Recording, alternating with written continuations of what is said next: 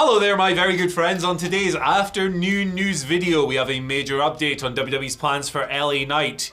Yes. The Rock is returning, sort of. And 9 new WWE sightings have just been confirmed. I'm Adam Wilborn. I've just realised I called him LA Knight. Ellie. Like Ellie Goulding. There you go. Anyway. Is the after news. Yeah, what a smooth introduction. Yes. Best in the business. LA Knight, what's he up to? LA Knight! Fingers crossed, qualifying for Money in the Bank tonight on SmackDown. Montez Ford, shot on the line. Eli Drake, what's going on with him? WWE still has some big plans for him. Do not worry. Yeah. This is according to Bruiser Wrestling, who's gotten a bunch of stuff right lately, including like a whole episode of Raw the other week. Yeah, World to Wrestling better watch their backs. You gotta watch your ass. WrestleVotes, everyone on Twitter, watch your ass. Yeah, he's still the leading candidate to win Money in the Bank. That's the story. Worked Wrestling were actually the first people to break this a few weeks ago when they were like, LA Knight could be a leading person to win. That is still the case. Apparently, LA Knight was on, I keep calling him Ellie, was on WWE's to push list after WrestleMania, which he wasn't on, which was kind of scandalous. Instead, they gave that spot to Shane McMahon, and look how he utilised that. That went well, didn't it, Shane? It's okay, you can make fun of him. He's a millionaire. Yeah. Possibly a billionaire. And he's still got it, according to Michael Cole. Well, Don't know what it is. He's got something. So yeah, the big things are coming in this guy's future, and it's earned. Like, have you heard how over he is? Yeah. Like, it's ridiculous. He's one of WWE's most popular, like upper mid card people on that position of the roster. The thing is ridiculously over. I was doing like some keyword research yesterday on the YouTube channel, and it was like things your viewers search for, and like second was LA Knight. Wow. Yeah. Like, he's really over. First was Raw highlights. That's illegal, you scamps. But yeah, like it's obviously deserved. Like, I love this freak of a man. He's awesome. Look, he was someone who, when he came to NXT, we all thought, well, he doesn't really need to go to NXT. The Eli Drake character, like you say, that he had an impact was, an example of this. And obviously he did it in NWA. Shoes of a champion. As I step out here. Yeah. I love him. I think he's great. And I'm just so pleased that the main roster audience have taken to him so quickly. Like you say, it was a real miss not having him on the Los Angeles WrestleMania card. Astonishing that, especially when Phil was telling me just how over he was on SmackDown. Like, you can change plans, guys. You can just have him out there for some reason. Just say yeah. Instead of like John Kettle or whatever that American footballer lad was. You could I'm John Kettle. Go long. Steve Peeps. I'm boiling. Wait till I read some of the names that they've signed, brother. Oh, there's one of them. Yep, there's one of them that is literally my name, but we'll get to that in a minute. I'm really happy for LA Knight. Look, I'd be happy with him or Cody Rhodes, to be perfectly honest, being Mr. Money in the Bank. But Dom would be funny. Regardless, yeah, it's going to be an interesting few months for LA Knight. And now they've got 2 championships. It's not just like, oh, he might get a US title run or whatever.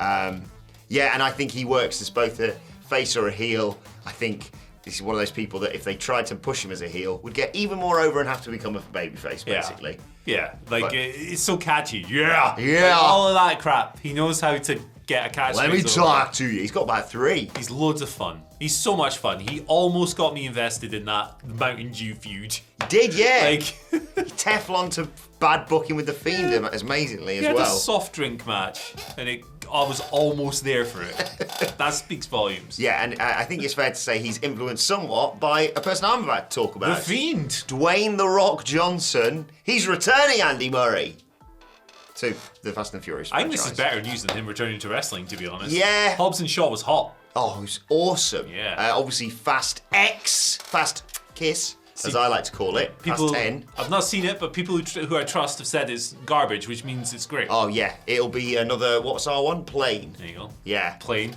Goated, that is. Best film of the year. There was a great Twitter thread recently of like, what was the point that Fast and Furious kind of like took it too far? Because they were about driving cars initially, weren't they? Took it too far. And then they were like, all right, what if a car could fly? What if a plane could drive down a runway for 6 hours? What if you can send Ludacris in a car into space? What if Vin Diesel could trigger an earthquake in a parking lot by stamping his foot on the floor? Yes, I forgot about that one. Why do people want these films to be realistic? Exactly, Like, come on. The driving mechanics are off. He hasn't changed gear in ages. You would never see Max Verstappen doing that. You probably would, because the F1's starting to be biased towards him. But anyway, that's a completely different topic. That guy, who's the guy who runs? I watched Drive to Survive. I can't remember his name. Christian Horner. Christian Horner. He is a slimy prick. Him. Mr. Jerry Halliwell, as He is. He comes across like the. I'm a Toto Wolff guy. I'm a Total Wolf guy as well. Very handsome. Oh, yeah. Very handsome. Anyway, obviously, Fast X doing really well. It's everywhere at the moment, and well, no spoilers on whether or not he shows up in the film. But he said on Twitter, he posted a video with a caption. He's got Twitter blue because it's really long. This. Hope you've got your Thunderwear on. Hobbs is back, and he just got laid. Laid as in the Roman Reigns. He's a cheesy bastard. Yeah, I love it. I love him. Luke Hobbs will be returning to the Fast and Furious franchise. Your reactions to the world for Hobbs' return in Fast X have blown us away. The next Fast and Furious film you'll see, the legendary lawman, will be the Hobbs movie that will serve as a fresh new chapter and set up Fast X Part 2. The good news is, he continues, last summer, Vin Diesel that is, of course, put all the past behind us. They were a bit, I'm bolder. No, I'm bolder. We'll lead with brotherhood and resolve and always take care of the franchise characters and fans that we love. It's called all caps, that bit. I've built my career on an audience-first mentality, and that will always serve as my North Star. Congratulations to my Fast family and Universal Studios on the global success of Fast X. And as always, Hobbs and $7 Prad are motivated to help take the Fast franchise to new and exciting places for fans worldwide. Daddy's got to go to work. That was another preposterous bit when he just goes, broken arm, where he just flicks out of it. Yeah. I love it. It's perfect. It's not the greatest film franchise of all time, because that is, of course, Mission Impossible, which does not have a bad film. I'll fight anyone who... I will legitimately fight anyone. Let's get in a cage, I'll beat the crap out of you. I can't fight for a toss. If you badmouth that franchise, we're having words. Words. There you go. It's a good... The films are good. Yeah. Speaking of words, what weird words of these names of people who are on the... Is it the nil list? Is the new nil list? I don't think it's nil. Next in line, all of that, name, image, likeness. They're all athletes, aren't they? They are people of non-wrestling backgrounds, so it continues the WWE signing policy. This is the third story, by the way, we've gone into it. You don't even realise we've segued into it. Seamless. But yeah, yesterday WWE unveiled 9 new signings. Performance Center Spring 2023 class. I won't go through all of them because like they're just like college athletes. I say they're obviously extremely talented college athletes and stuff. And some of them have suspicious social media backgrounds apparently. What? Okay. Moving on. There's some big old people in here. I say old, they're all mid-20s. 6'6", 6'4", 6'3", 6'2", 6'2". What's the one with the fun name that's like sounds like a WWE name, is actually his real name? Hunter Smallback. Yeah, that's my the one. My favorite one. Vlad Pavlenko is a favorite of mine. I hope this isn't the one with the dodgy social media stuff. I can't remember. But he's got a background in hammer throwing. That's pretty sick. So he's going to take... Who's the smallest person on the NXT roster? Scripts. Bing! Just throw him down the arena. Why the hell not? I like that. There was on NXT this week. They were like, Reggie, right? And he's like, no.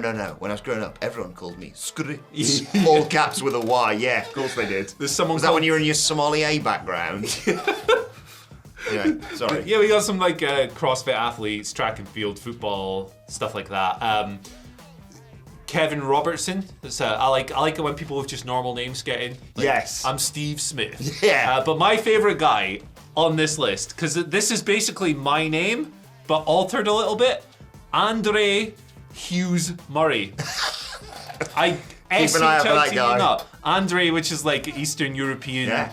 It's the way it's spelled is Z-E-J, so it's like a Polish version of my name. Hughes Murray is a double barrel surname. My middle name is literally Hugh. Is it?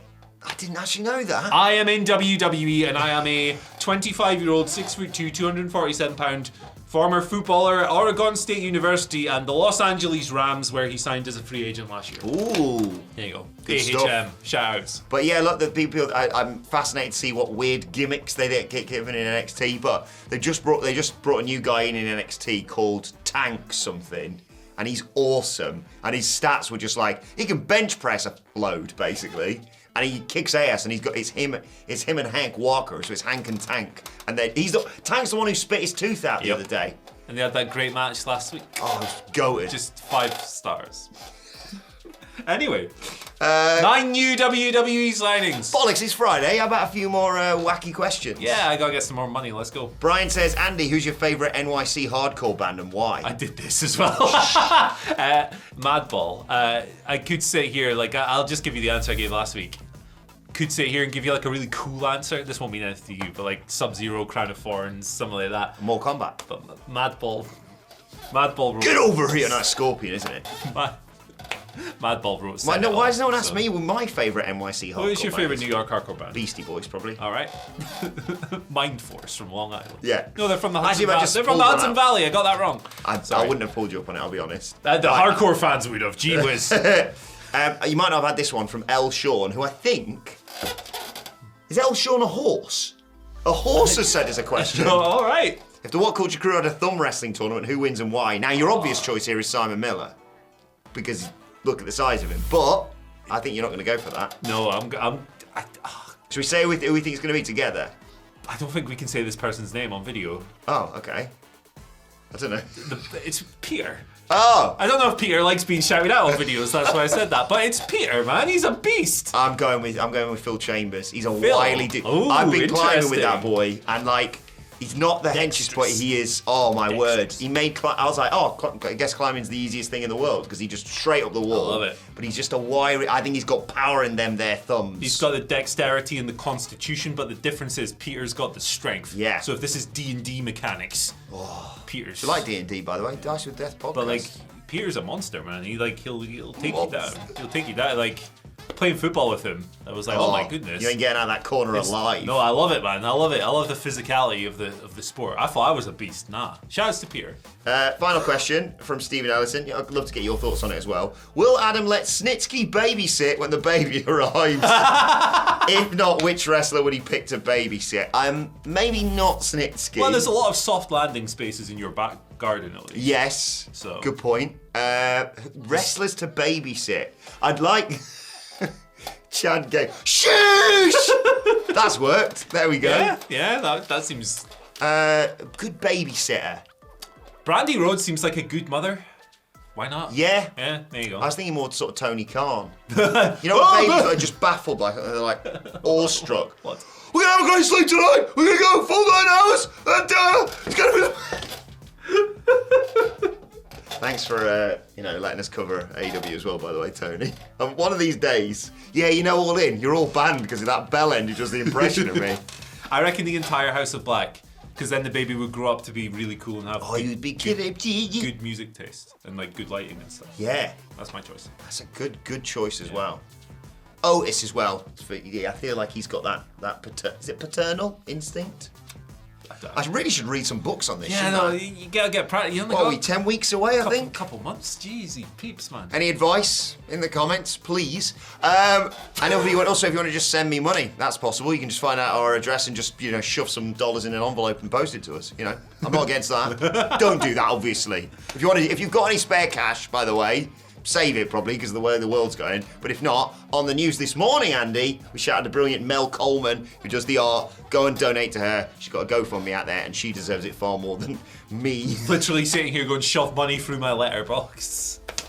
You gotta find where you live first. Yeah. 1 Gateshead Road, Gateshead and Weir, G-Head 84. There you go, I've told you. God, you're giving it away Giving now. his address. Anyway. He's been doxed. If you want more questions, and then I'm finally... You don't even live in Gateshead.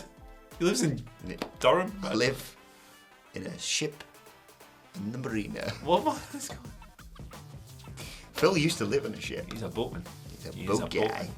I And this is am the a only boatman. time of the year that I was ever jealous of him, I've got to be honest. Winter, No. hell to the north. Anyway, if you want more Twitter questions, you want an finally, you want to do anything else, you feel free. You got free time, man. You can do what you want. Yeah, it's your life. Yeah. Live it. Don't listen to freaks like us. And remember, like Bill Hicks said, it's just a ride, so, What are we doing? Oh yeah, check out the news from earlier on today. Thoughts, Twitter questions, all that good stuff at WhatCulture WWE. Like, stay, follow both of us. Follow Andy Murray At Andy H. Murray, the H stands for Happy Weekend, freaks. Oh yeah, follow me at Adam Wilborn. Follow us all at WhatCulture WWE. But now and forever, my thanks to Andy Murray.